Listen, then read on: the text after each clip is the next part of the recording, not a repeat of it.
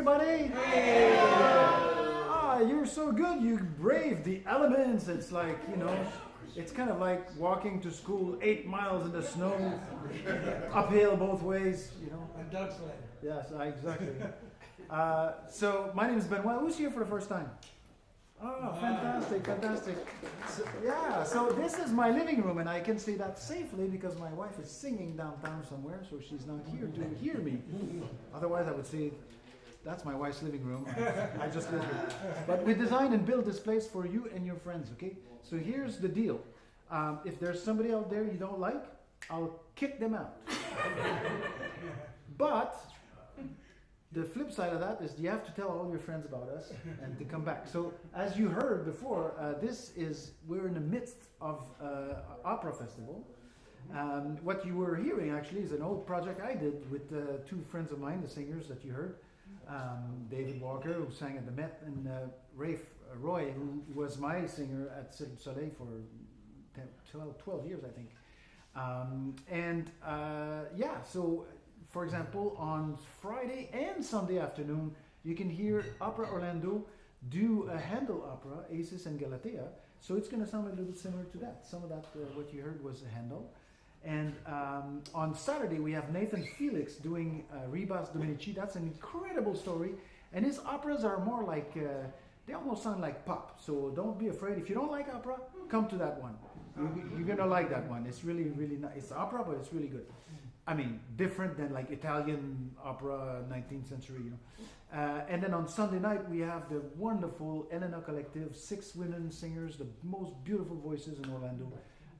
You owe it to yourself to catch that. This is the Tender in the footsteps of Eve, or in Eve's footsteps. So it's really, actually very poetic, very beautiful, and I hope you get to see that. After that, it's we have a couple of Latin jazz events, and then it's Jazz Month all of April. Okay, so this is basically your last weekend to enjoy some opera before we go to jazz. The artwork on the walls is by Steve Penisi, and he's right here, everybody. And so I should have said from the start, welcome to the 45th edition of Authentic Selves. This is the 45th. But this one is going to be a little bit different because Steve is not going to paint while the action is happening. He's going to show you a little bit how he works, because what you see is not what he did, or at first anyways. Why don't you explain it? You take over. All righty. Hey, thanks for coming out, everybody. Thanks to Benoit for such a great place. What a space. Yeah. So with this is called painting. I call it painting with both sides of the paint. And it started because, I wanted to own something as an artist. So much artwork looks like somebody else's. And I'm sure it just comes from the fact of being the middle child of a family of 9 kids, of just wanting my own stuff, And even my birthday, my sister was born 8 years later on my birthday too, so I didn't even get to own that. So there was a need to just have something that was my own. So what I did is I sold my advertising agency. And then I knew that if I was going to find something, it would take a lot of work, and I'd have to make a lot of mistakes. And when you just work on Sundays or something, you feel like you have to come up with something. You want to finish, and to try and get something different, you have to make mistakes and be willing to just have weeks go by with nothing. So eventually, I came to a day where I was just frustrated and sitting there, and I pulled back the paint on my palette, which is a plastic palette, and on the back side of that paint was the most beautiful patterns that were happening, because when you're mixing the paint, you always see what's happening on the surface, but you never know what's happening underneath it, because you don't ever see that. And when I saw that, it was like so much better than anything I was doing on that canvas. So I tried to just find a way, how could I capture that? How could I use that and control it? So after a lot of trial and error, I found out that if I have this film that I have right here, and it's basically just like film that you get at Michael's for wrapping presents and stuff. And what I do is I pour the paint, and then I pull the squeegees, or I can use any other tools, because whatever I'm doing on the top surface, underneath is doing something different. Because these effects, these halftone effects and all that stuff, that's all done chemically underneath when I'm pulling the paint. And I don't know what it's going to look like until I'm done. But it gives me the opportunity to be able to use that once it's dried. So once it's dried, then I'll show you how that works. As a matter of fact, I'll show you right now exactly what I was doing.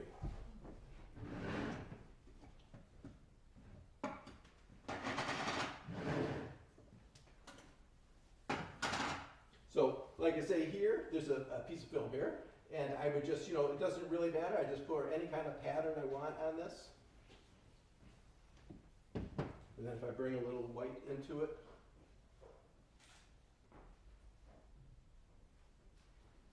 and then I just take a squeegee and I pull it down.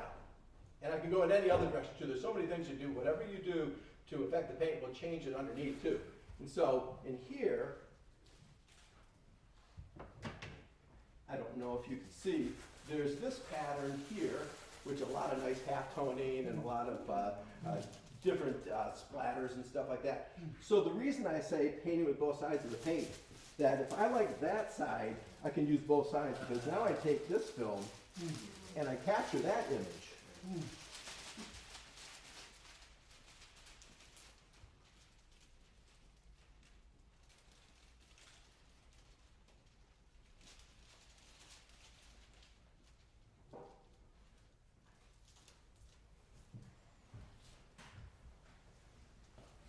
And normally I wait for it to go slowly, but we're having a less time here. So then I pull this off and it becomes almost like a printing plate for that. And that gives me another effect right there. And then if I like this, if you look at this, I can do that again, and this is a totally different kind of paint that I could use. And then here's where sometimes the magic happens, is on the back side, you get like these Jackson Pollock kind of things, then you get like Ansel Adams halftones and stuff like that. And the beauty of this is that it allows me, because it's on film like this, to be able to control, like to build these paintings that have maybe anywhere from 50 to 100 pieces on them.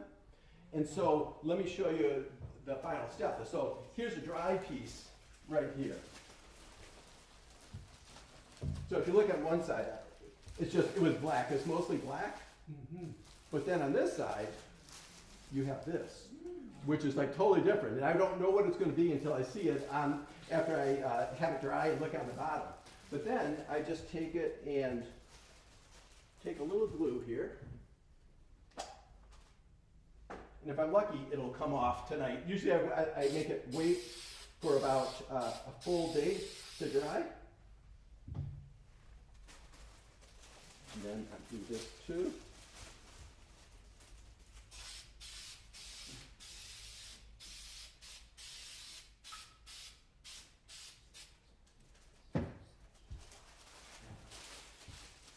And then I put it on whatever canvas that I'm working. And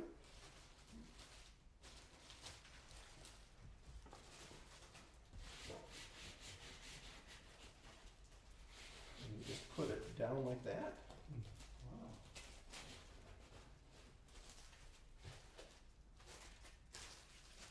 And so when it dries, and I'll try and just take it off tonight. Sometimes if I do it quick, I can get it to come off. Let's see if I'm lucky tonight.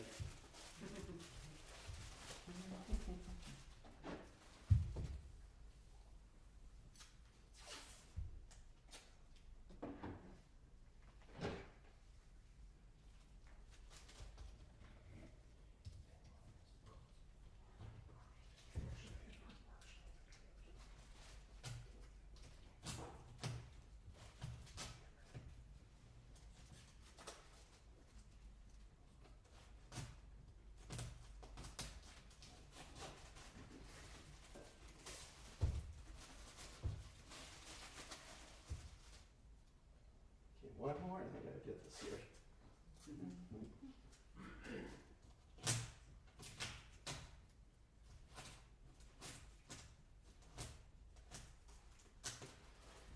So as you can see, it says it's acrylic paint on plastic.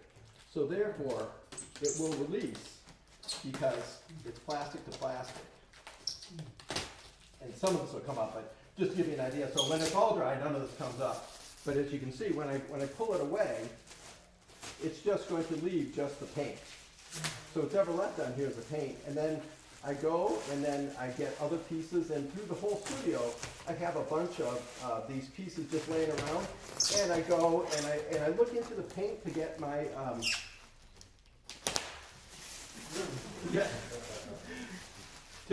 my ideas. And it's kind of like just looking at those ink blot tests or at finding Jesus in the toast kind of stuff. Because you look in here and it's like on this side, it could be like, okay, it's just an abstract. And then if I turn it this way, I can start to see like, oh, those look like trees that are going in the background. I could make this into something else.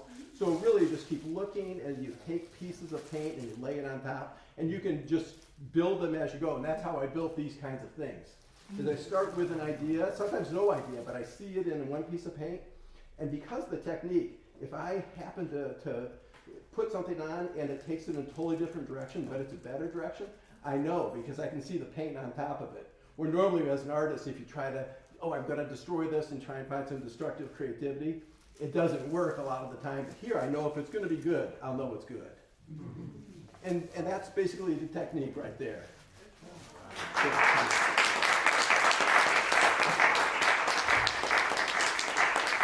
And the great thing about it is it allows you to stay open with it. You know, when I was first painting, I was good technically, so when I would start, getting to the finish was just a matter of a progression, and there was not much excitement along the way. Here, it keeps me open the whole time because it might change at any moment kind of stuff, which is really great for an artist. Yeah. Yes? You know what, I see this, and have you ever thought of using some of these for patterns for clothing and fashion? Yes, I just don't know anything about that world and stuff like that because these are fabulous patterns. Yeah, and they're patterns that you can't get like with a brush and stuff. Exactly. Because it's happening. I'm doing it, but I'm really just going along for the ride too. Yeah. And then I'm really more editing as I go. But yeah, I'd love to do that. So if you know anyone, let me know. Yeah, I for sure. don't, but this is the first thing that came to my mind after I saw your patterns. Yeah. And time for poetry.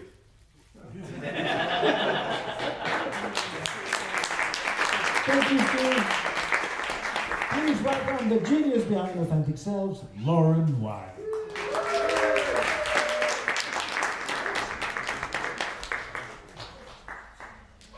So that was really cool, and what it made me think of is how we often talk about in every art form somebody gets something different. You get a different reaction from a piece of poetry. You see different things, and as you were doing that, I started to see like city landscape coming out into the water as you were doing it. And when you said trees, I was like, where? But it's just cool. Like I love that concept. How you're saying even if you start with something else, like you just see things as they're going. That's wild. Just one thing, so it taps into your unconscious of things that's happening too, because like that one right there, that picture, I call that bad moon on the rise, because what it really was when I was first doing it was feeling of this thing, if I finally found this technique, and it was just like I was so excited and everything like that, and the bad moon part comes as I found it at 60, so there's a darkness on the edge of town. So it's like, I see a woman kneeling backwards. yes, and that's most of it. In the background is that black moon. Didn't see the moon until then. Very cool. All right, you guys, welcome to what is apparently our 45th show and the first of our 5th year.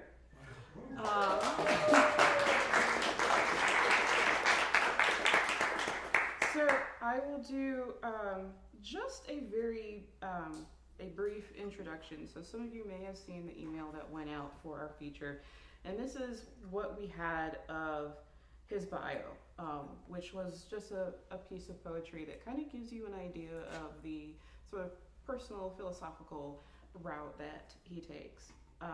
The goddess and the god endured eternity with each other's infinity, each a continuity, and the desire was desired.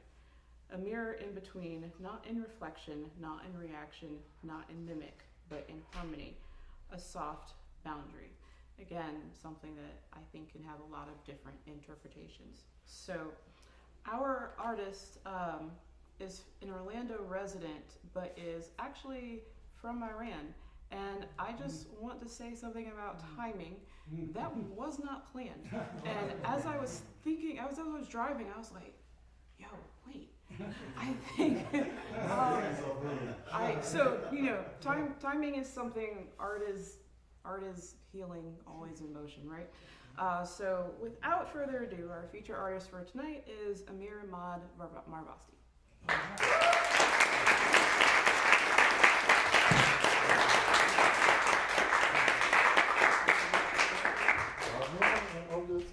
All good, please. Oh, thank you. I forgot.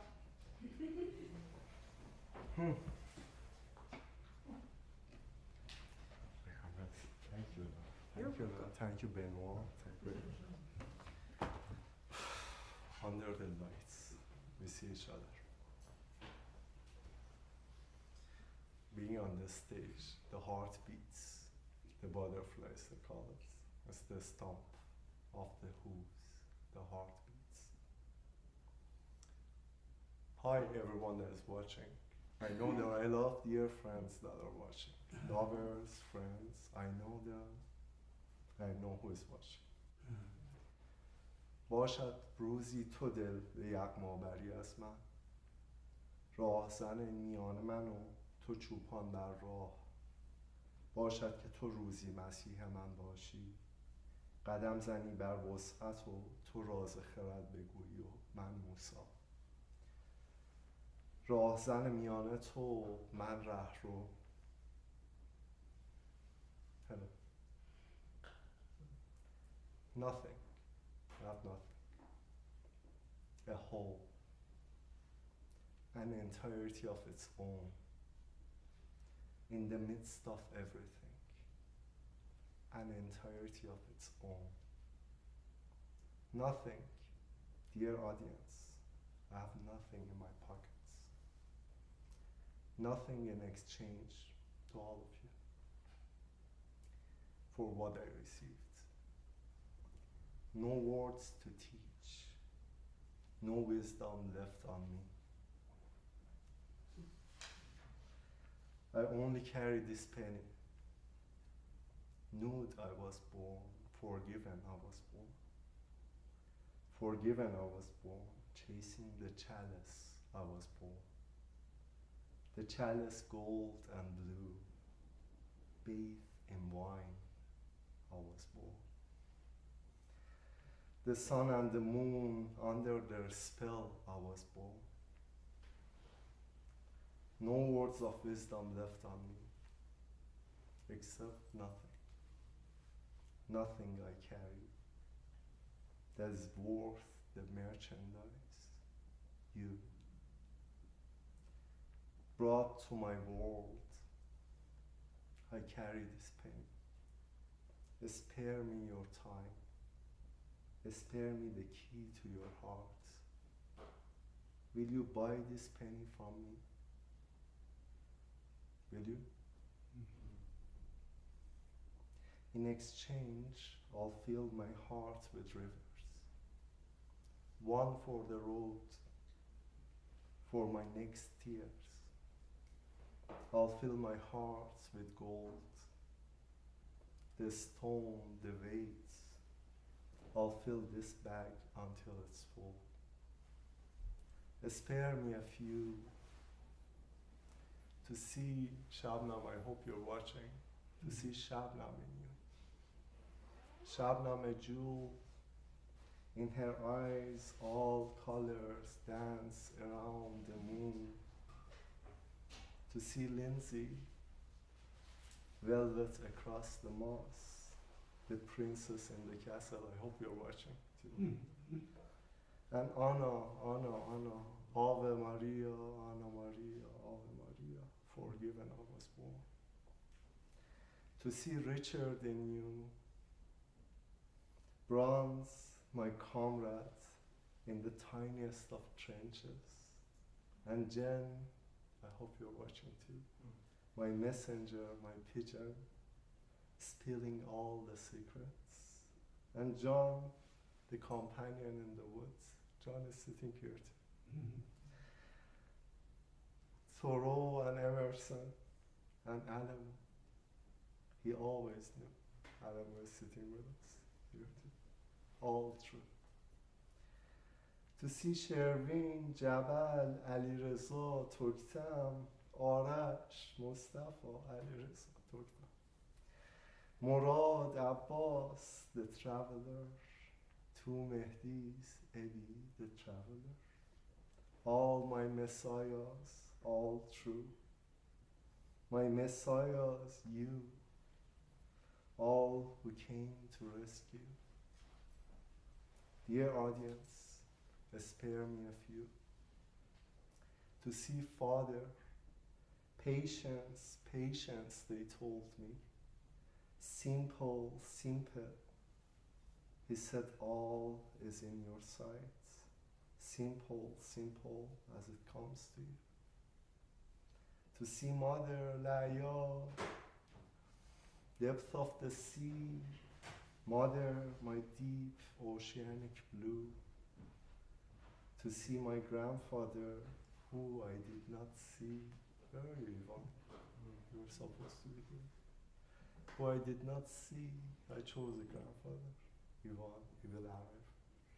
And Yvonne is sitting amongst you. Dear audience, Yvonne, it was just a bit about you. Dear audience, spare me a few. I borrowed a kiss, and I told. I borrowed another, a kiss that only the wind knew. And I borrowed a penny to tell you that I am worth sparing a few. From nothing, all becoming. All becoming to being, all coming to being. And that's a scene cannot be seen. And cannot say, I cannot say but nothing. No wisdom is left on me. This penny is for you. Tomorrow I will not, today not. Yes for today, yesterday was no, will not. Yes to yesterday, and yet yes will not. Dear audience, seen in front of me, row by row, unknown of me to you under this light, friends of tomorrow, really, truly, friends of tomorrow, all be. A secret I tell you, forgiven I was born, to find the dearest I was born, chasing the chalice, yesterday I was born. Hi Kita. A story is in change. I cannot say change is in change. I cannot advise, and yet mistaken I may. The words are filled with silent whispers, the most subtle. I cannot say, neither I know what could not be said. The tiniest waves that ride us or us as sparrows, sing the words of wisdom on a roof, a wire, a tree, or under a table, tiniest tables, for tiniest songs, underneath laughters of lovers and friends.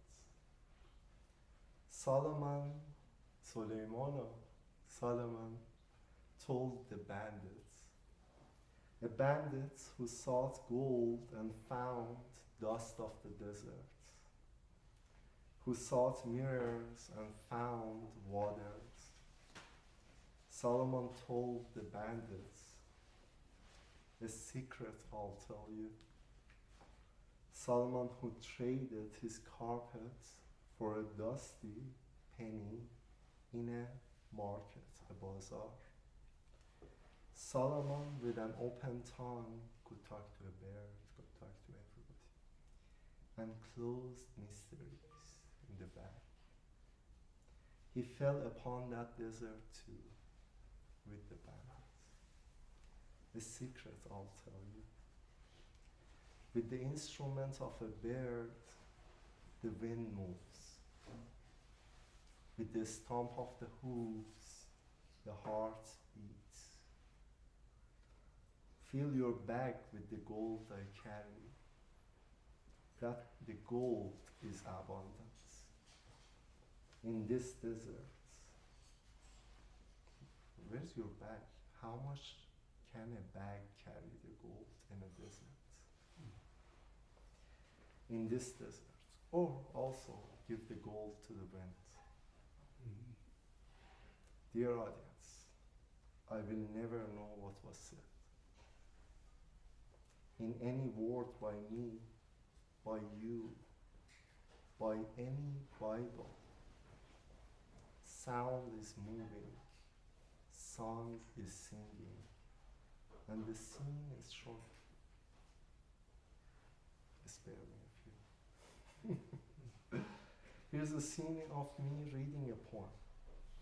A poem, ha ha ha, he, da da da da da da. A melody, really. A series of words found in solitude of being. Best I found to move the wind in this room. Best I found to move hands untouched, to give warmer hugs. Take this penny and spare a few. Dear audience, forgive me, for I am being, for I gamble and gamble with no hopes of winning. I gamble on meaning. Dear audience, forgive me, for I smile and take to heart any compliments I dodged. Dodging the rose petals, I don't know how to pronounce your petal. Petals that's floating in the wind, amongst forever. Now it goes to the next scene. My mistake. Where's that for? Picket line for the heavens, for the fallen. The drunk dreams. Where is tomorrow I can't see? When was the past not near me? A drunk wild dream. The horse beats the drums of the free. The sun chases the gold. The bull eye of the moon. The sailor said, I forgot to who I prayed this time. I forgot the sun or the moon.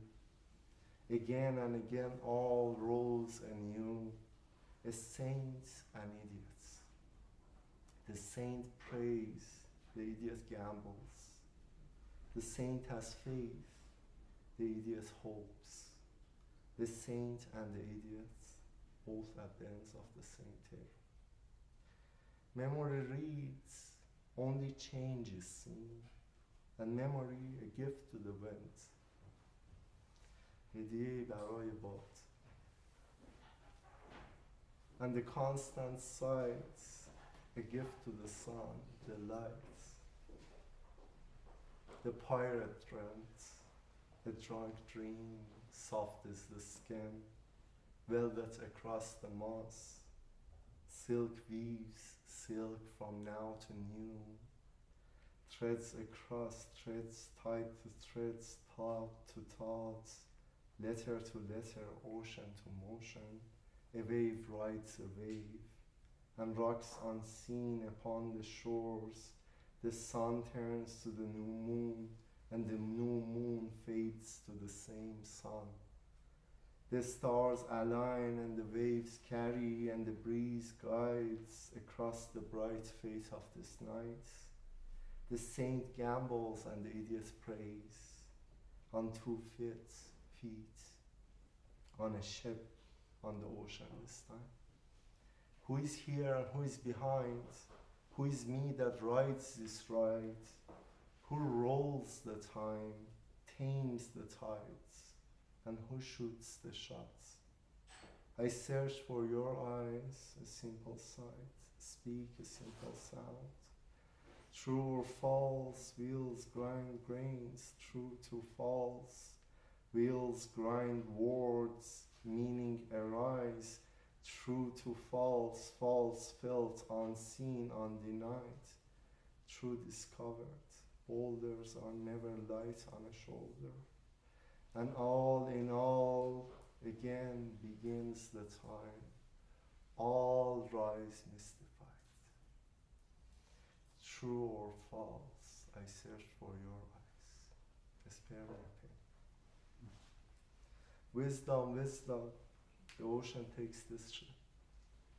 Wiser than this, fear or love, tears or smile, and I heard, choose faith or absurd. Faith, I replied, faith, I replied. Faith in change, faith in sight, faith in light, faith in delights. Faith in being, faith in meaning, faith in delights. Faith in alive, faith in clock, faith in flames, faith in finite, faith in the might, faith in now, faith in this, faith in delights. Faith, I replied. True or false, right or wrong, faith in faith, who dealt these cards? Faith in roll of this dice. Die or dice, whatever the grammar tells me. Who chained change? Who weaves time? I pray grace, grace, grace. Not soft knots, locks on locks, chains of change, chained to the sea, change, chained to the eye, chains locked in chains. The veil shakes, beauty appears, beauty departs, a tragedy. The veil shakes, absurd shouts, horror seen, horror sneaks behind, wields my hand, wields the mind, dance of deny, no escape from eternity, stones mindlessly floating in space, uncared for, untouched by meaning, meaning an absurd coincidence, absurd shouts. And I say I beg, and I say no, I won't, no, I won't. No, I won't. Faith in what? I lost faith, I given in the face of the might, of the great, the void, absurd, steals life, offers safety, a bribe to accept. What is that? I want to honestly talk to you. What is that? The absurd. For what? For what? The absurd shouts in the distance. For what? For what? I shout in the face of meaning. You ask for too much. Absurd shouts cannot be found. Absurd shouts.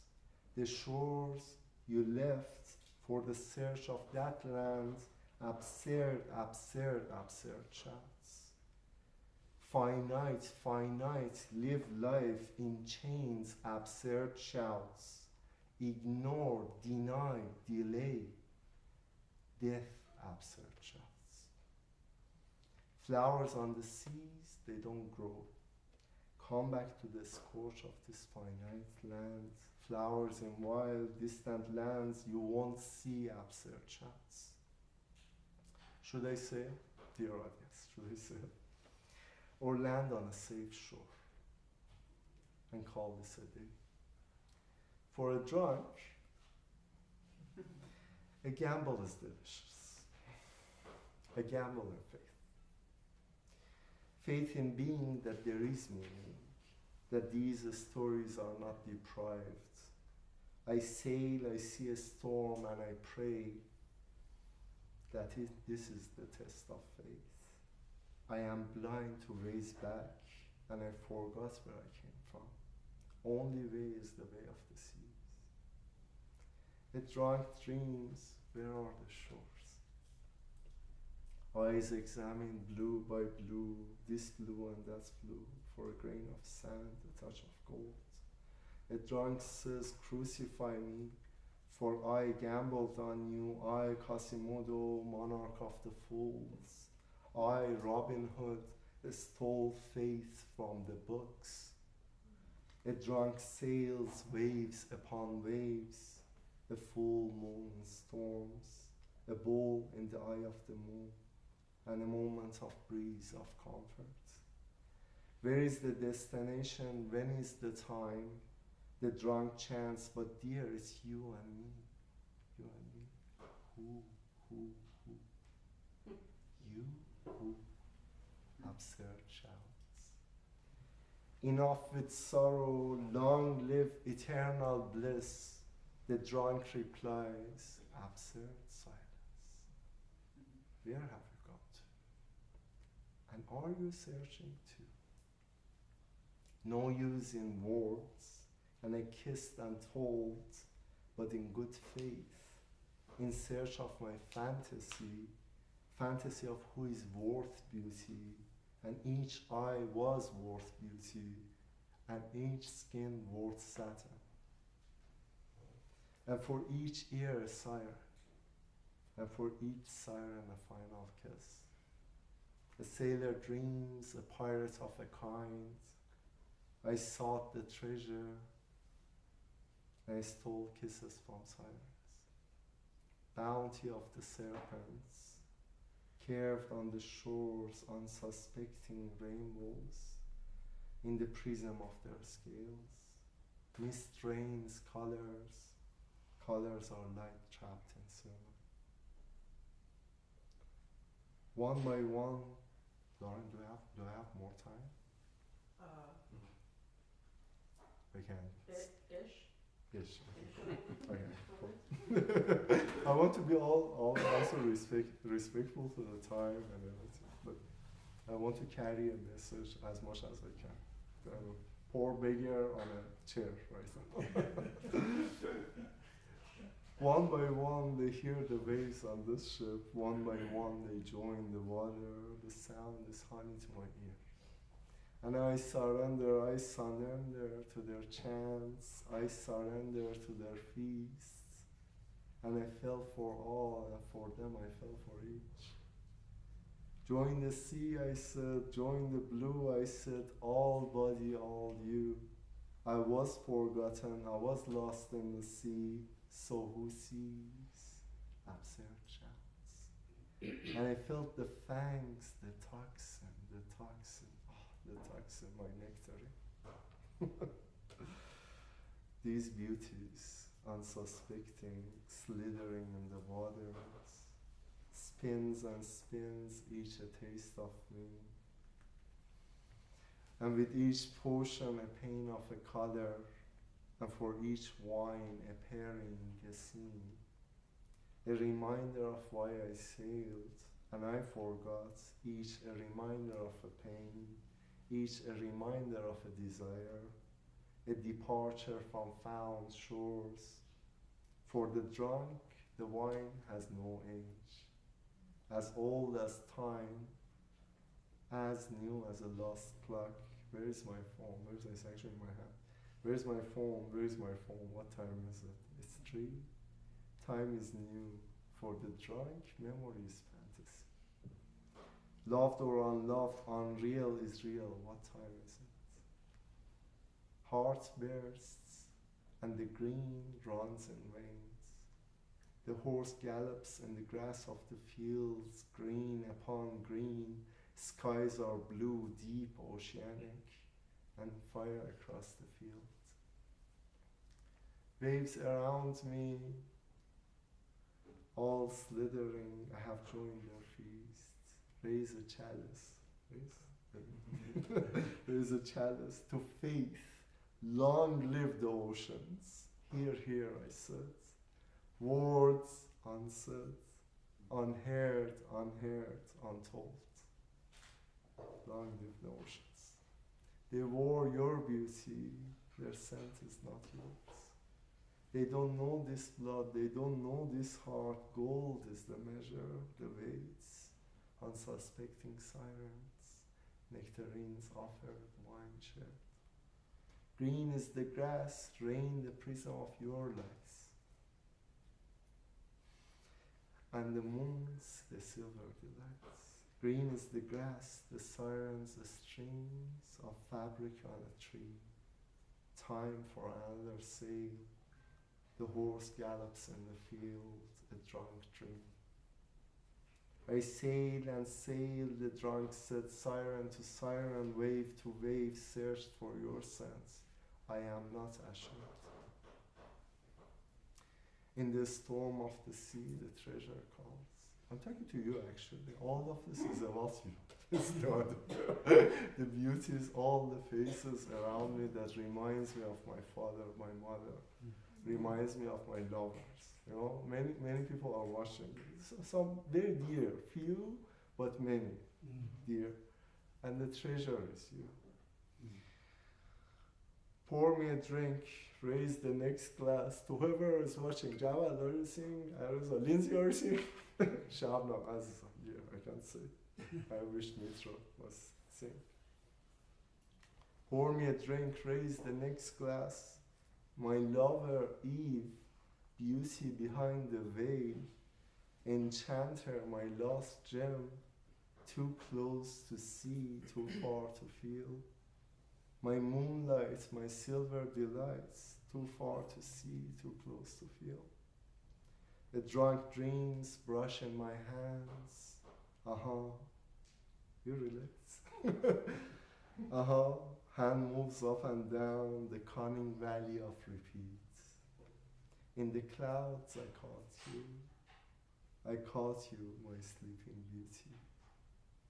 And I enchants me, I enchant hands and hearts. I become the magician alone in being.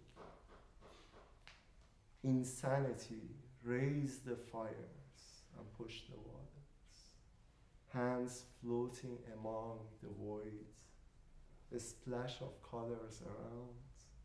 And I told myself fairies, and well, there she is. The sleeping beauty, the drunk dreams. And that does my confidence.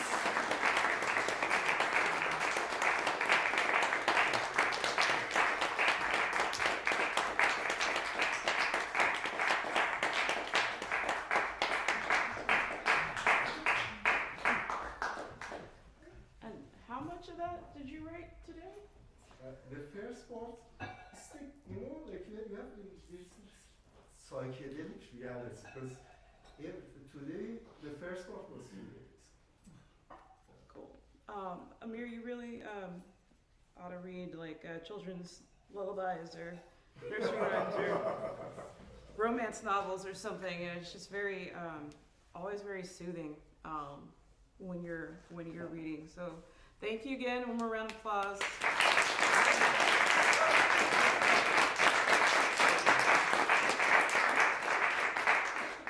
Hopefully all your folks were able to tune in online. So we will get started with the open mic. Just real quick, remember to kind of stay in the square here, in the rectangle, to make sure that you're in the light and that the stream is catching you. And please stick to the 5-minute limit. Cool? And we'll start with the folks that are either new or didn't get to go last month. If you have not, if you haven't checked in with me, which I think there's only 2 people I think I saw that didn't show up, and you haven't checked in with me, please let me know that you're here. And we'll do our usual lineup. I'll call you 3 at a time. Please line up and be ready so we can keep our cadence going. So our first 3, Vanessa, is it Jalissa or Jalisa? Jaleesa. Jalisa, okay.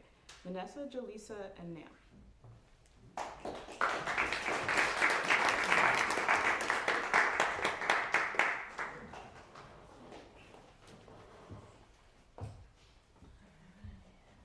everybody. Hello. All right, 2 poems. I'm just going to jump right into it. I guess you can probably figure out who my muse was for these 2. All right. Believe as I say, not as you see. Oh, say, can't you see? Can't you see? News spoon-fed, reality scripted. What version shall we believe now? Homeland Security's in our home, on our land, killing you and me? That gaslight burns bright if the Gestapo shoe fits. Recruiting bums off the street shit. Ice cold bloodedness swept under the rug. They insist, but our cameras contradict the destruction of innocence on their display of resistance. The people must persist against the great nefarious orange head of state. Stay taking food off my plate, pushing and perpetuating hate, yet before the press they spread bullshit, waving the American flag, chanting you're getting sleepy, anything domestic terrorism, they'll believe me, so I'm calling all gangsters for God, let God sort them out soundtrack, inspired, fighting required cause we're sick and tired, us versus them, this got to end. It's the consequence when you believe as they say and not as I said. Believe as you see, not as I say. Watch as I pray, taking the action to say, Jesus, I turn to you, my focus, my lighthouse, praying for the protection of what life is about, love. Praying for the veil to be lifted from those who have chosen to be swayed and shifted by the lies orchestrated on all our TVs. Praying for the flip of the switch in the algorithm, shift your focus. Praying for the exposure of all their sins, praying for the evil empire to burn from within, with front row seats to watch it fall, so the people can be united once and for all. Poem.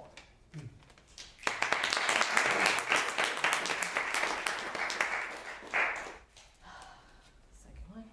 All your icons are on a list. But know that in a room just like this, they would dare insist they didn't do shit. Because money is no object, but humans are.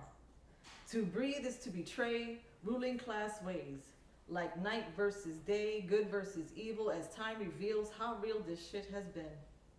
Leave it to them to lead us to our 7 deadly sins. Souls have been sold, but you see, I stand firm in my true beliefs, staying pure of heart and knowing God is my everlasting relief. At first, the curse of infertility saddened me. At least they won't be a potential victim of the societies.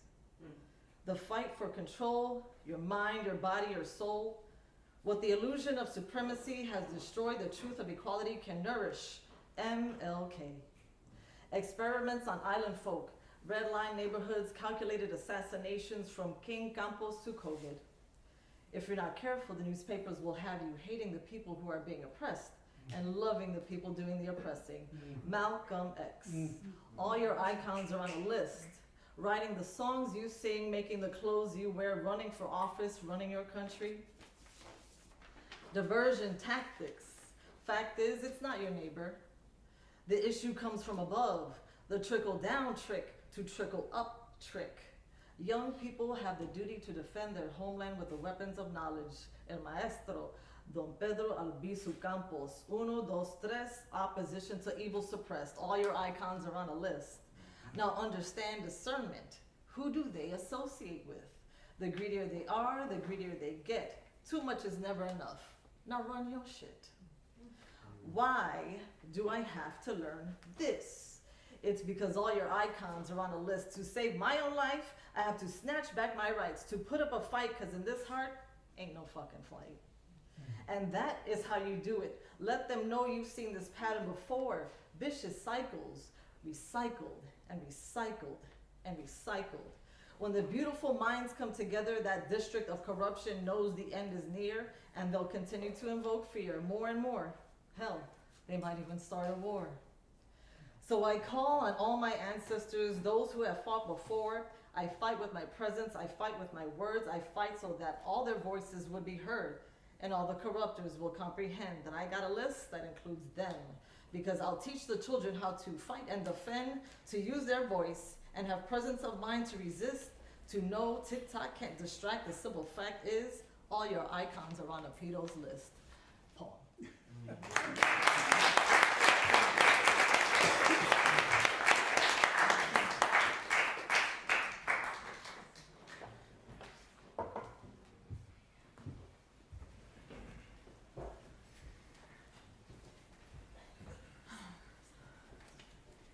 Lord, please forgive me, for I am a sinner, and not in the murderous kind of way. Well, at least that's what I tell myself. but in a gossip kind of way, the talk too much kind of way, the prideful kind of way, sometimes arrogant kind of way. Well, maybe it's not that bad, is what I say, to move that way, to protect myself in that way. Yeah, that's right. I protect myself when I move in that way. Humble, maybe someday, but as for today, graceful, I pray. Giving grace to others can feel as difficult as sitting with those emotions that you hate the most. I know you know. The ones that choke you and burn you and control you, make it difficult to connect with the real you. It can be as strenuous as maybe loving yourself or forgiving those that hurt you. It can be as laborious as chewing on cardboard or a steel wool brush. Giving grace to others can be complicated, like trying to comprehend quantum mechanics or human behavior. This idea of grace got me feeling exposed and vulnerable and overwhelmed. No, immediately no. But here I go, scared, bruised, and broken in all the most uncomfortable ways. Like it's October 31st, and I live in a wealthy neighborhood, and I got plenty of grace to spare.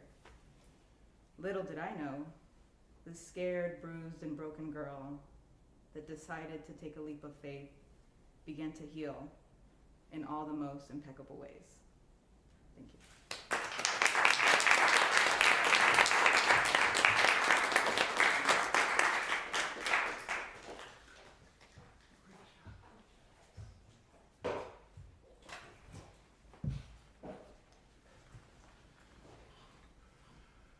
I have a soul ache.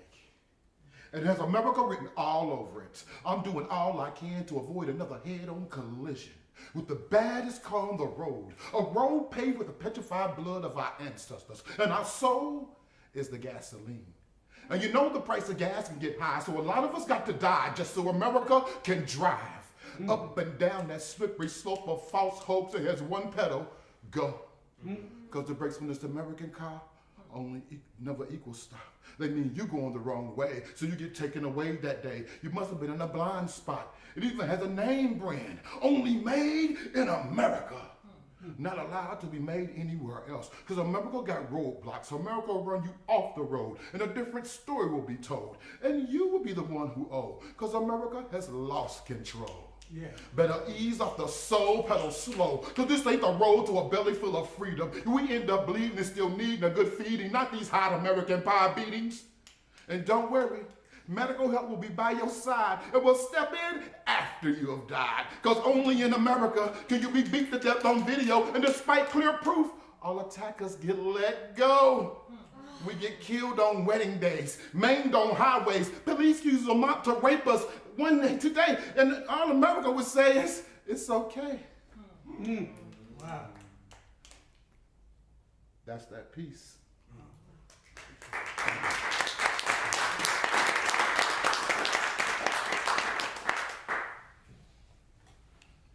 Imagine me on your street corner, a whole lot longer than I was supposed to be.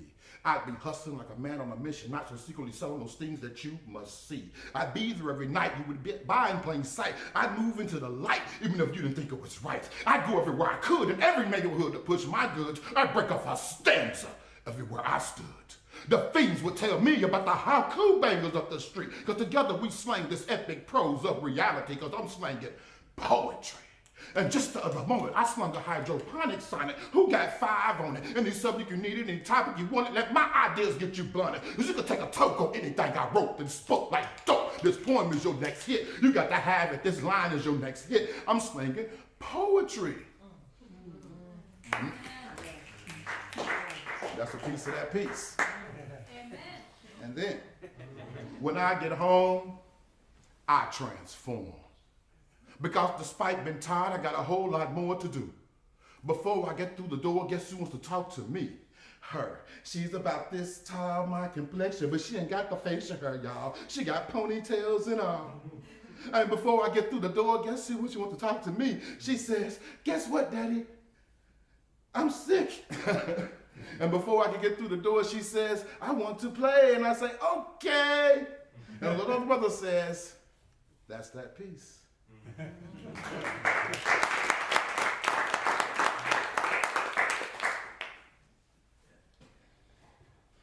The ability to make a child don't make you a daddy. The ability to make a child don't make you a daddy. And we should all be damned or at least a little bit disgusted if another child grows up without one of us. Because daddy is no more than a squirm and sperm. I'm not just some dude who mama gave a turn. And this my seeds have already learned. Let's say my child's in the store and mama's having a temper tantrum. She can try to grab that shoulder by and say, didn't your mama tell you before you got out the door, don't ask for nothing, don't touch nothing, or you ain't gonna get nothing. And if she didn't, I'm telling you now, because at 1-800-YO daddy, I have a simple saying, because I said so.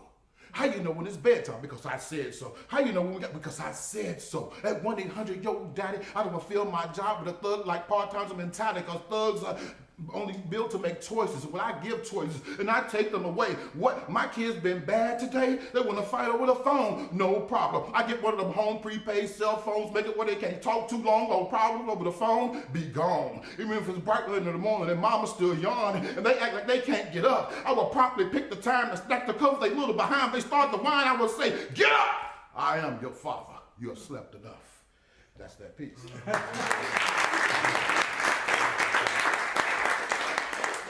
These are pieces of pieces. If you want to hear the whole piece, I would like to be scheduled for a feature. Thank you.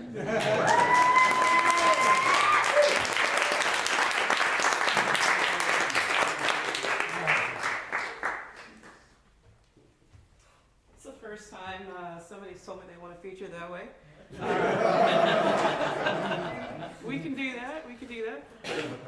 I felt like there might be a lot of feelings people wanted to talk about tonight. One of the things I do to try and wake myself up, because I never want to get out of bed for work, is to just, I'm like, oh, what's happening in the world today? And reading the news in the morning has been a lot of whiplash the last couple of months. You're just like, what the fuck happened while I was asleep? So I'm getting back into my graphic t-shirt phase. So last month was authentic. This one says, be a decent human. It's not that hard. So there's a lot going on, and I know we're all feeling a lot of things. Just be kind to each other. Yeah. There's not a lot of that happening anymore. It's very strange. So do what you can, everybody. Yeah. Next three, Simran, Nicole Marie, and Jeff, please.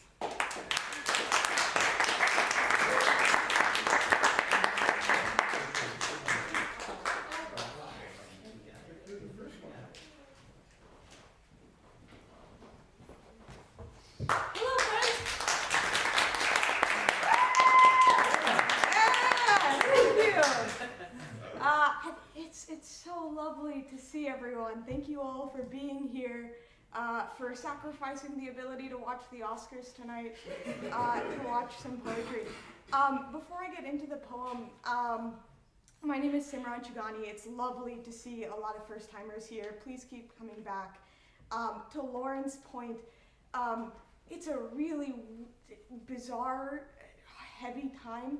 I recently wrote a line of poetry, and the poem is titled "Why Eulogies Are My Favorite Genre of Literature." And it's something along the lines of, sometimes before I read the news every morning, I read eulogies just to remind myself that the best thing that we can do in this brutal, horrifying, terrifying world is to acknowledge others' humanity and to be in relationship with other people. So I hope I can share that message today with my poem too. Thank you. So last weekend was International Women's Day, and I wrote a poem for my mothers. And yes, I mean my biological mom and my aunts, and I love them dearly. They're the baddest motherfuckers I know. But I also mean my community and my people. It's lovely to see the first-timers here. I've been coming to Authentic Selves for the last 3 years, and I have felt so nurtured and so cared for by this group of people, and this group of people have really mothered me and molded me into the person that I am today. And so I think this poem is an ode to all of these wonderful, amazing people. And it's an acknowledgement that those of us who have the privilege to be raised by such caring, intentional, thoughtful people also have the responsibility to do the same for other people. So with that said, this poem is titled, Not for Us to Fear. I've been called a crime against Mother Nature more times than I can count. But I think the correct term is a crime with Mother Nature. For how else can I say thank you to the many women who raised me? Ask me about my mothers and I will tell you about the hurricanes. I will tell you that the torrential downpours, the eyes on both sides of their heads, and the burnt orange skies are not the things I am scared of. Ask me about my mothers, and I will tell you that they crossed oceans to get stronger. I will tell you that their anger and devotion and protection and love all make the meteorologist predict the same thing. Ask me about my mothers, and I will tell you how good and misunderstood both apply to rainfalls in deserts. I will tell you that even in the winter, the sun is meant to char. Ask me about my mothers, and I will tell you about the language of storms. I will tell you that they taught me that another name for heartbreak is, remember that time you had faith in love? And that another name for desperation is, remember that time you wished upon a rock when there were no shooting stars? And that another name for loneliness is, remember the time you proposed to the snow angels? Ask me about my mothers, and I will tell you that when people told me that I am a criminal, that when people told me that I am not natural, that I am a violation of the land we belong to, that I am not of nature herself, that my skin too brown, that my accent too thick, that my heart too rainbow, my mothers taught me how to summon a lightning strike with a single finger. Ask me about my mothers, and I will tell you that we were born of the swollen belly of a tsunami, that we were born too strong, too embodied, to be merely adrift within a storm. I will tell you that we were born out of, into, to be the storm. If you tell me you are afraid of the storm, my child, I will tell you that the ones fortunate enough to be raised to be accomplices of Earth's greatest language are fools to fear the very hands that made us so formidable. Thank you.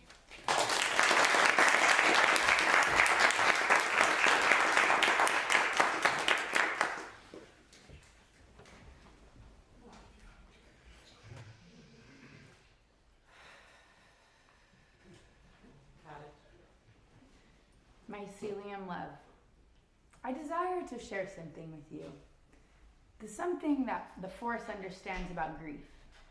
Something that most humans are still learning. When something dies in the forest, it does not disappear. It feeds the underground network that sustains the entire ecosystem.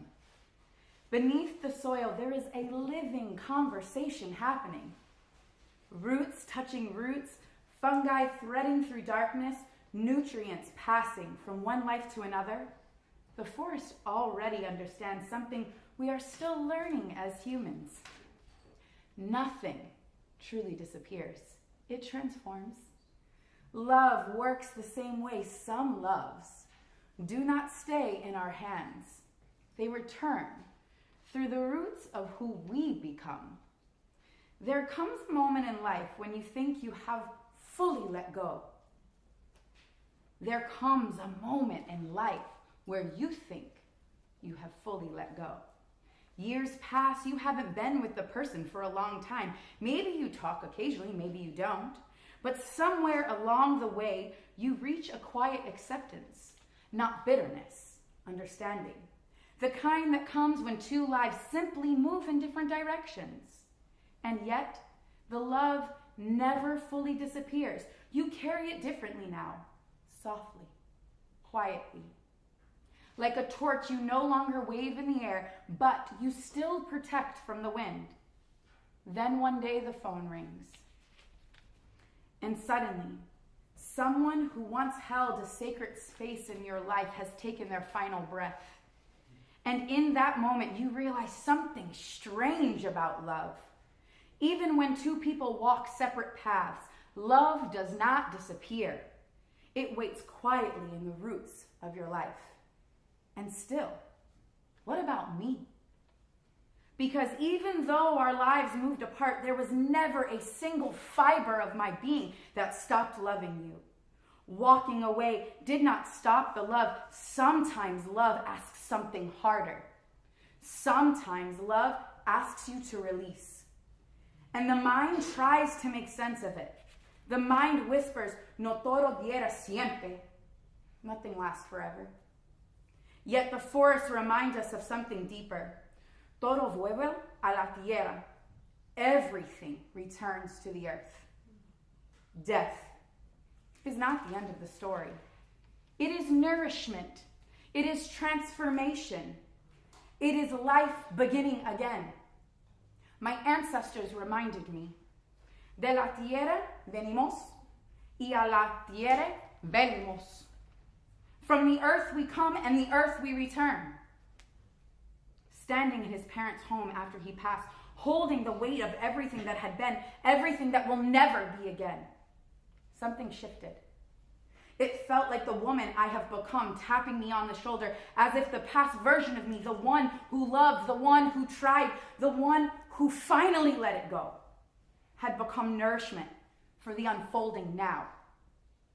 Just like in the forest, just like the mycelium, our love did not disappear.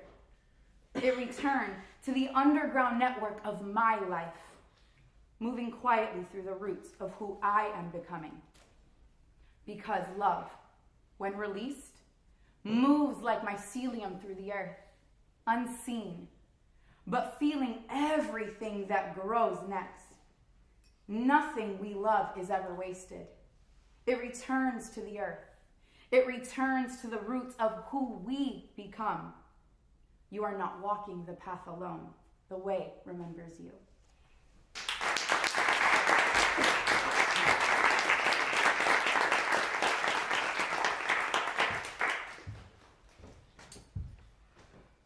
I'm going to share two poems that are part of a kind of an arc that the last few poems I've written, but I'm going to share two of them.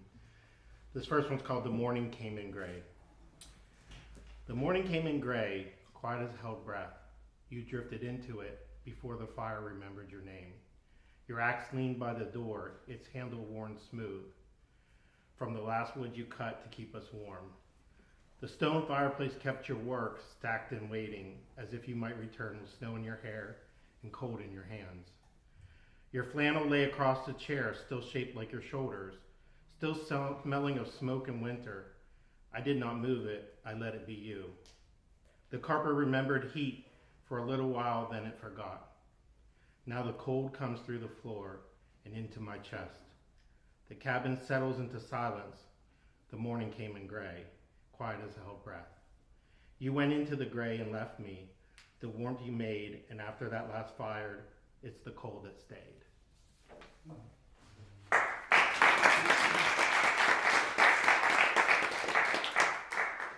This one's titled Where I Sought Ground. My pen dipped in ink like a calligrapher, your tongue dipped in venom like a hunter's arrow. We were never hunting the same truth. I believed words could reveal, you believed they should strike first. I moved through morning, wrapped in dew and gray light, trusting clarity would rise. You waited in the night, senses sharpened, reading ghosts where I sought ground. I kept my pen steady, my words living in the moment. You kept your intention deadly, already measuring the final strike. I took my final breath in the cold, deep morning, exhaled my soul, my final words spoken. Your intention broke the seal from the night to morn. Where once was forsaken, your real aim was forever shorn.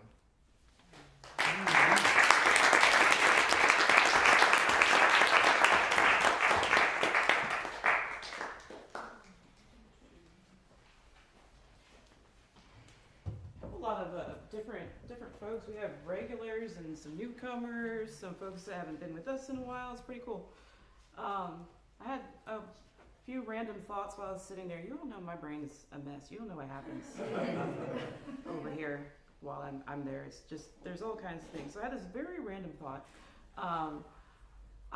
Between last night and today, I watched the movie Everything, Everywhere, All at Once. Has anyone seen it?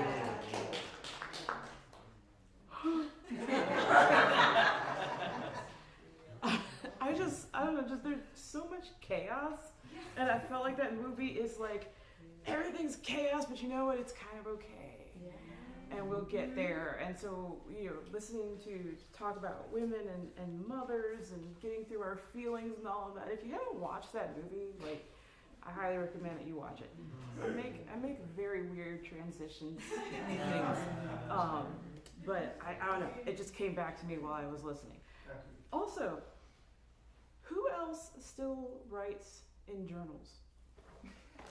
Yeah. So I have so many. I have this one stays in my car. I have some in my desk.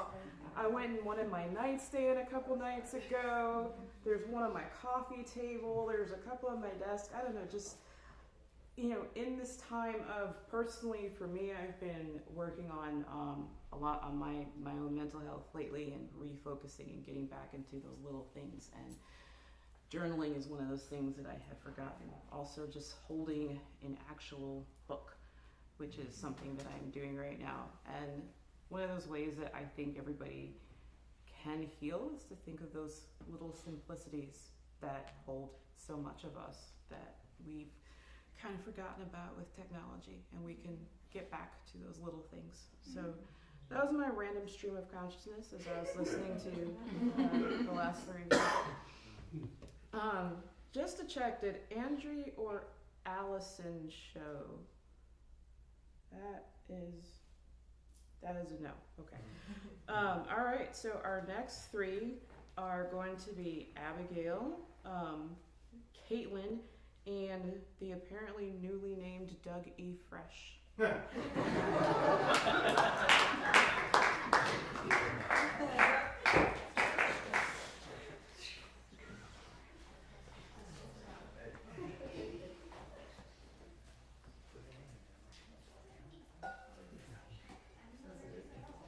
all good.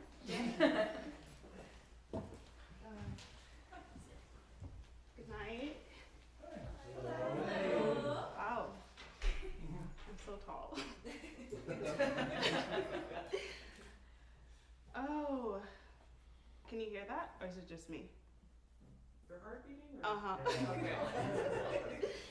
Happens to all of us up there. Your voice is loud and clear. Great. I was trying to find something that. Give me a moment.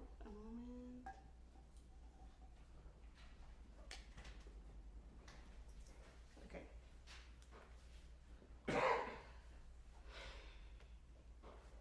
I wrote this in sophomore year. So it's called One with Patience. Death has my name at the tip of her tongue. Her beauty has me hypnotized. I'm trying to refuse looking her in the eyes, but truly, I want to get lost there. See myself in her embrace, because I know death loved hard, so she will not let go. She's been singing soft songs to me for years in secret, but it's not a secret that I'm the one who neglected her, who did not love her as much as she's willing to become my forever. She never gave up, came back each time promising me peace, knowing I'm in pieces. She takes a cheap shot, hoping to win when I'm at my lowest, feeding me lies, knowing I might just believe them. As her word starts to be comfort I lust for, I question, is she worth the years of pain because I've made it this far? I admit that death has been my #1 motivator, so I force the life in me to stay clear of her tricks, because she's just another manipulator obsessed with me. But she's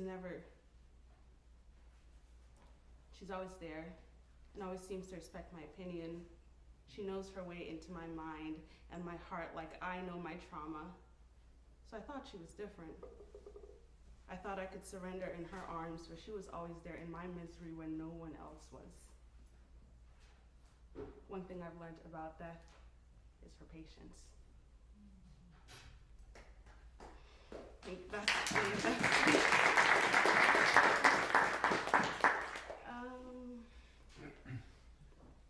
and then this one is really short. It's called Craving. I would say breathe me in like oxygen, but no. I want you to want me intently. I do not want to be the thing you take in unappreciated while I nurture your existence, like humans do germs or air. Breathe me in, like your desperation to find love, like your resilience to avoid being abandoned, like fear. Love me. Like the first thing on your mind after every good thing, be scared of losing me, like anxiety. The thought of me creeping in and taking over your entire day. Thank you.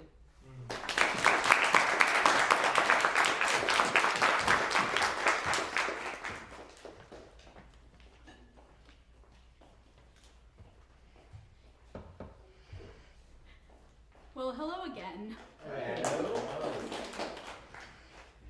So, yeah, we've been talking about pretty much a lot of things, a lot of everything that has been going on lately, and I thought I got rid of CNN to block it out of my mind, but now it's gotten to the point where no matter where I go, we know it's just gonna get worse. So, a little bit because, along with all the recent events that have been happening, Simran also reminded me that it was International Women's Day. Thank you so very much for reminding me of that. Because, with all this crap that's been happening, I'm just gonna share a little tidbit before I move on. I promise I'll be quick. I was in kindergarten when September 11th happened. And of course, when you're 5 years old, you absolutely have no idea. And it wasn't until I was in college, I think, when Mom finally told me what she saw when she was working in the Twin Towers that day. And by the way, what I just said, that's not a joke. She worked on one of the lower floors. And she said if she had been any higher on that floor, she would not be alive today. And what she said was, she was just at her office cubicle, minding her own business as usual, when stacks of papers were like falling from the sky as if they just came out of nowhere. And that was when when she saw that, actually. She only had one thought on her mind, and that was my sister and I. And she said, I am not dying today. And I've already, you call it trauma, what you will, even though I haven't really experienced it fully. But the moment when I heard, oh, like, Orange Face thought it would be a really good idea to go back to war in the Middle East for whatever pissing match that he wants now. I don't know if that's even strong enough to call it that. It just brought back all of what my own mother had to witness. She's 60 years old now, God bless her. And she managed to survive that the first time. So, and it also brought back to what has been going on for the past couple of months since 2026 started. And I promised that I would read this poem because the poem I'm about to read, she lost her life because whatever reason thereof, but there's never going to be a good excuse. But allow me to share it now, because I feel like with what's going on, it's still perfectly appropriate. I want back my rocking chairs, solipsis sunsets, and coastal jungle sounds that are tear sets from cicadas and pentameter from the hairy legs of cockroaches. I've donated Bibles to thrift stores, mashed them in plastic trash bags with an acidic Himalayan salt lamp. The post-baptism Bibles, the ones plucked from street corners, from the meaty hands of zealots, the dumbed-down, easy-to-read, parasitic kind. Remember more the slick rubber smell of high-gloss biology textbooks pictures. They burned the hairs inside my nostrils, and salt and ink that rubbed off on my palms. Under clippings of the moon at 2:45 a.m., I study and repeat ribosome, endoplasmic, lactic acid, stamen at the IHOP on the corner of Powers and Stetson Hills. I repeated and scribbled until it picked its way and stagnated somewhere I can't point to anymore. Maybe my gut. Maybe there in between my pancreas and large intestine is the piddly brook of my soul. It's the ruler by which I reduce all things now, hard-edged and splintering, from knowledge that used to sit, a cloth against fevered forehead. Can I let them be both? This fickle faith and this college science that heckles from the back of the classroom. Now I can't believe that the Bible and Quran and Bhagavad Gita are sliding long hairs behind my ear like mom used to, and exhaling from their mouths, make room for wonder.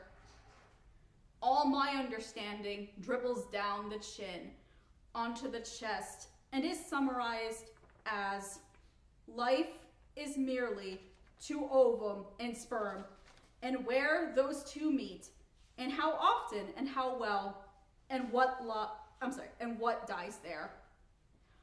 On Learning to Dissect Fetal Pigs by Renee Good.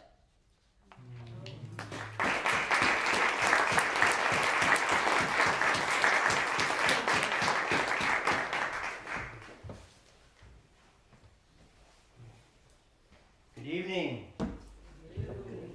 I rarely drink, about 2, maybe 3 drinks a year. And tonight I decided to have some wine. It was only half a glass, but I'm already seeing about 200 of you here, so. Everybody knows about Lauren's one stipulation. All performances must be less than 5 minutes. After just one night of performing here, I became privy to this factor. I call it the fear factor, due to the splintering of my heart that it corresponds with. Even now, I still have nightmares of getting the hook. Just after I pass 4-minute and 59-second mark, I hear the voice of God thundering, 5 minutes. And then this huge candy cane-like pole appears out of nowhere and pulls me into the pitiful abyss of embarrassment and shame. Jesus. Near the end of my very first night here, I learned that the hard way. It was a pivotal moment in my life. Out of the 50 or so stories that I've published so far, I believe that there are only 2 that can be read in under 5 minutes. And only 1 if you don't allow speed reading. I was determined not to get the hook. Nobody wants the hook. I began practicing shorter stories at another open mic called the Short Attention Span Storytelling Hour, presented by the Writers of Central Florida or thereabouts. Their rules of war declare a limit of 6 to 8 minutes. I've never really understood the 6 to 8 aspect, since they don't care if people go less than 6. What they really mean is a limit of 8 minutes. But I've never had the guts to suggest my idea to that open mic's dungeon master. Long story short, their 8-minute time limit primes me for the 5 minutes allowed at the White House. It's like training for a marathon. You don't start by running 26.2 miles. No, you build up to it. Everything must be approached with ease and grace, especially in the dark and savage world of poetry. All of these oppressive regulations got me to thinking, what on earth is possible to do in 5 minutes or less? When my girlfriend says I'll be ready in 5 minutes, I open my laptop back up and I resume working because I know it ain't gonna be 5 minutes. She may think it is, but it isn't. I don't belabor that point with her unless I don't want to have sex that night. And speaking of sex, the movie Grease made it very clear you can't even do that in 5 minutes. I distinctly remember Kaniki, Sonny, and Putsy having a conversation that affirmed it takes at least 15 minutes. Working out for 5 minutes is not that difficult. If you're walking on a treadmill, try doing 5 minutes of sit-ups. You'll quickly realize the lunacy of your intention. Can you hold your breath for 5 minutes? 2 minutes? 1?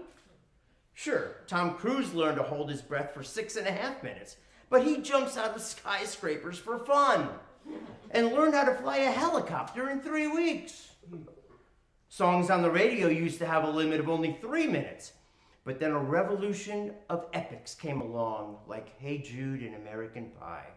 Or that one about the restaurant owned by some girl named Elise or Alyssa or something like that. I remember a friend in high school saying, I'm just gonna take a quick shower. I'll be out in 5 minutes. Nobody takes a shower in 5 minutes. I do. They might jump under the water and touch a bar of soap and then dry off. And if you think fast food drive-thrus take less than 5 minutes, you definitely haven't visited the Popeyes in my neighborhood. Chick-fil-A used to be able to do it, but that was before their line wrapped around the building 3 times. It takes 5 minutes just to find the entrance to that. My pleasure. When you were a child on a road trip with the family, did your mom ever ask you for just 5 minutes of silence? Can't be done. And speaking of moms, mine learned long ago that when Dad said the football game was at the 2-minute warning, not a chance. Look, it's not that these evil open mic tyrants are being sadistic with their demands. No. They honestly think it's possible to convey a message worth hearing in the same amount of time it takes to empty a dishwasher. Unless this week it's your younger brother's turn. In that case, don't hold your breath. Unless you're Tom Cruise. And if so, go ahead and strap yourself to the side of an Airbus flying at 5,000 feet above ground. If you can do that for 5 minutes, then these open mics will be a breeze.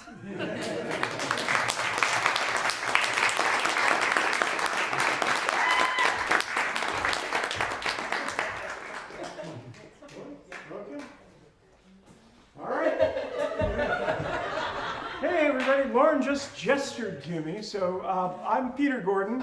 Glad to be here. If after I finish this poem you are still looking for my poetry online, look for Peter M. Gordon, which is M, my middle initial. I turned 67 last December. Thank you. Yes, what an achievement. And I realized recently that when my dad turned 67 in 1990, I thought he was old. I don't think I'm old. I look it, but I don't think it. And I was also thinking about other things Dad liked to do or did that I copied, and I came up with this poem, which I call For the Gods, G-O-D-S, plural. Dad never drank a full glass of liquid. He sipped tea while Mom perked coffee. Dad told me I drank enough Java in the Navy. For years I believed war was hell because of the sour coffee. After 3 sips, he'd pour out the rest in our sink. Glasses of water, almost empty and then he dumped the dregs down the drain. I mimicked him with milk until Mom yelled, "Don't waste food." "But Dad," I whined, "Mom said I could spill milk after hair grew on my chest." I developed the habit anyway. Dad explained he poured out a little liquid at the end for the gods. I loved reading myths in grade school, was forced to attend religious school 3 afternoons a week. Why did Mom and Dad make me learn we abhorred idol worship while Dad propitiated ancient deities? Last weekend, I saw my 40-year-old son sip a glass of water, empty the rest in the sink, before placing it in the drying rack. We inherit more than we understand from parents.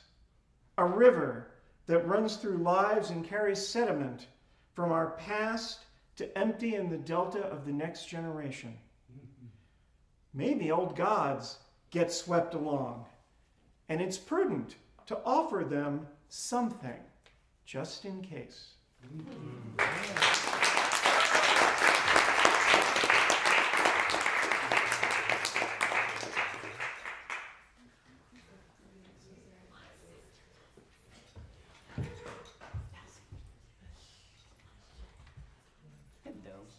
Keep it brief for an intro because we are running late. This first short one is called Last Rites. Every day I placed flowers on your altar and counted our encounters like beads, pious prayers of flesh glancing flesh. I composed our sacred union in desperate dreams, disparate pieces forced together with sharp edges held in bloodied hands. I ached with the need of your love. Silent passion in violent waves, my body a statue of sculpted desire, love's effigy. Yet you remained oblivious to the divinity placed at your feet. As with all religious fevers, my affliction ran its course. The illusion dissolved. I reached out to the fading memory of your form, awake as the world slept. I wrapped my arms around the thought of you to keep me warm one last night. The echoes of your scent haunted me while my lips almost grazed the specter of your neck. The last rites of sacred love, a final release. With a shudder, I abandoned my faith and slipped into a sound sleep.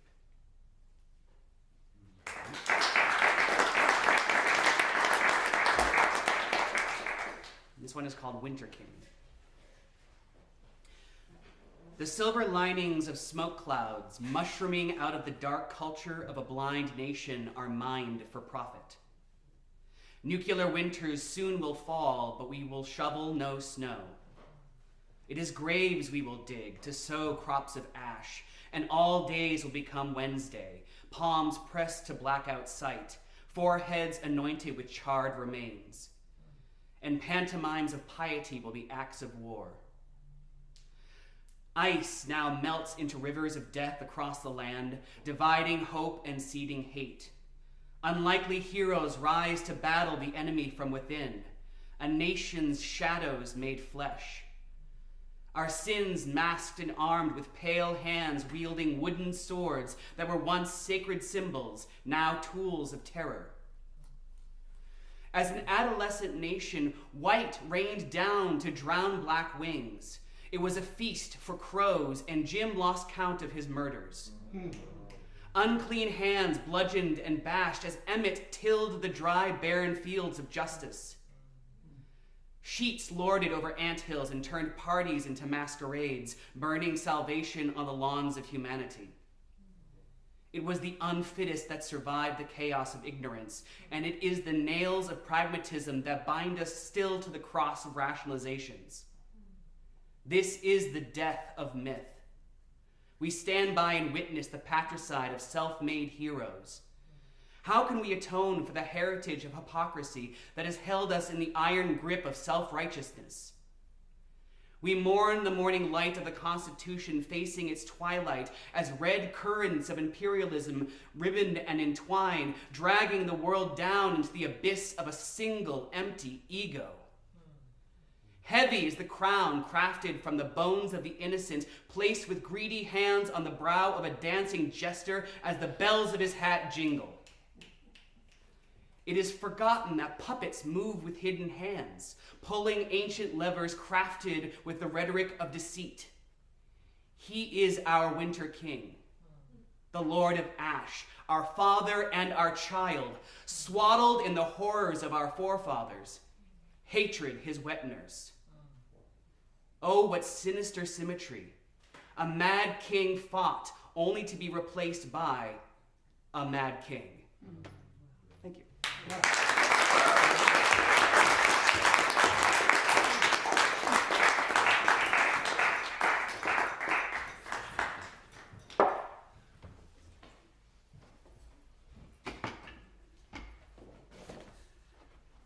I'll make this really fast. I think we're running late. That's all right. I'm always late.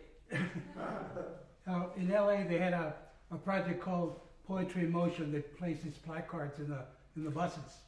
And it's poetry written by different poets. And this one happens to be written by a Colombian poet. Her name is Antonieta Villamil.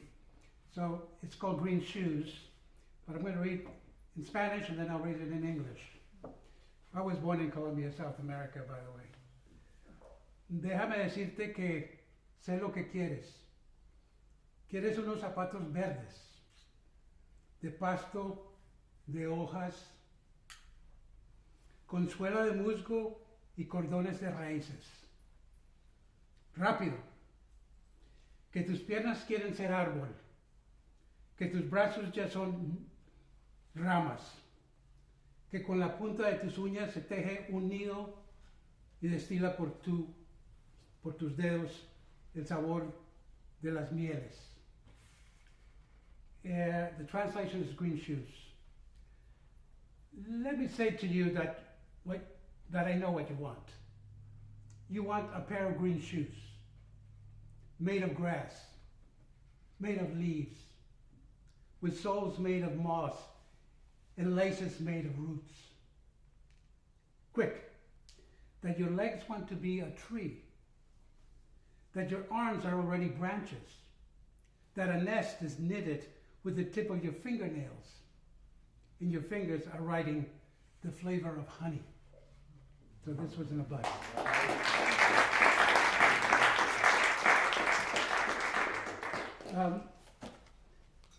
I love to read other people's poetry because we don't see that very often, you know? And I think we need to take the poem off the page and take it for a walk. So this one, I just found this week, and it just totally knocked me out. I said, I gotta read this.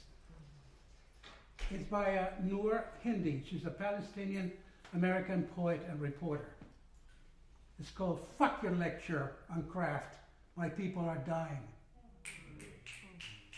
Colonizers write about flowers. I'll tell you about children throwing rocks at Israeli tanks seconds before becoming daisies. I want to be like those poets who care about the moon. Palestinians don't see the moon from jail cells and prisons. It's so beautiful, the moon. They're so beautiful, the flowers. I pick flowers for my dad, father, when I'm sad. He watches Al Jazeera all day. I wish Jessica would stop texting me, Happy Ramadan. I know I'm American because when I walk into a room, something dies. Very pertinent to what's happening today, right? Let me do that to you again. I know I'm American because when I walk into a room, something dies. Metaphors about death are for poets who think ghosts care about sound. When I die, I promise to haunt you forever. One day I'll write about flowers like we own them.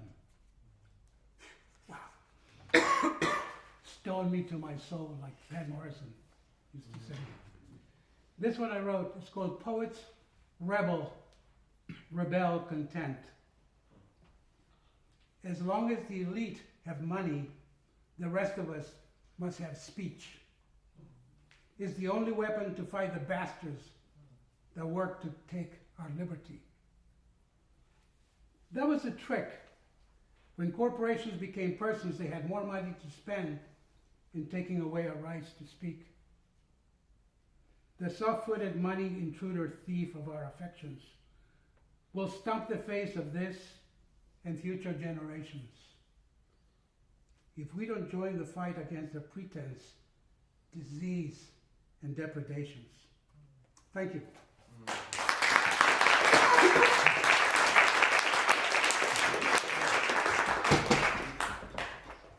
When you mentioned the poem, or read the poem about the moon, I actually started glancing over here. It's kind of weird.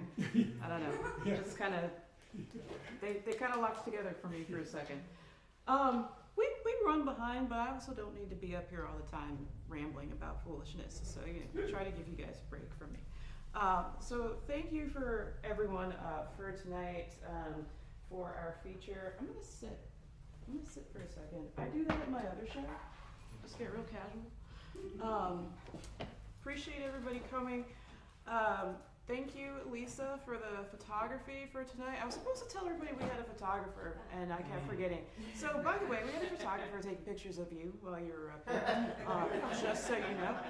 May show up in some of our marketing for Authentic Selves. That's the purpose of it.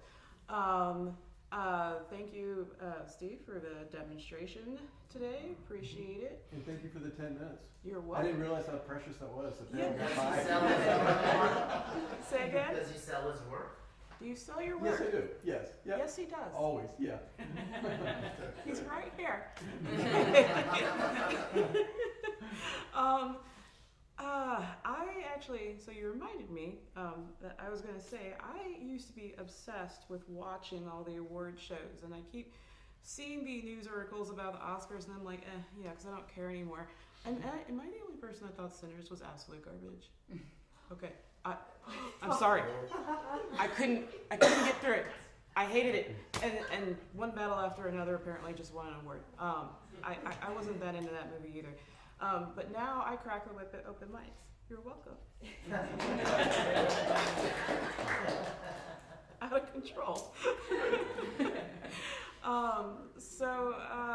We did make an announcement last month about doing our anthology. We're gonna hold on that for a second, just more forthcoming as we work on some more stuff internally. But I would just tell everybody, as I said, be a decent human being, regardless of what side you're on or what specific beliefs you have. I feel like that is so lost these days, and one thing that has bothered me the last 8 to 12 years is all the friendships that people lose because somebody thinks something different. People are still allowed to have their opinions, and you don't have to like it. You can think it's absolutely batshit, but you can show kindness and show love to people, for fuck's sake. It is a crazy time. We saw a lot of emotions up here. There's a lot happening, and we all each have our own things going on all the time, right? And that's when we talk about our mental health a lot here. So please just be good to each other and be good to yourselves. So we're changing things up a little the next couple months. I will not be here. I will be out of town next month. Stella B, who I believe some of you know, who has her own show, Verses and Vibes, in Port St. Lucie, and who's also been a feature here, is going to guest host, and we're going to do all open mic next month. Then we'll get back to our feature schedule in May, and we're actually going to have a special feature in June, but that's a secret for now. Okay? All right, so let's get up and remember to put your cups back at the bar, and we'll do our usual group photo up here, and I will see you guys all in a couple of months.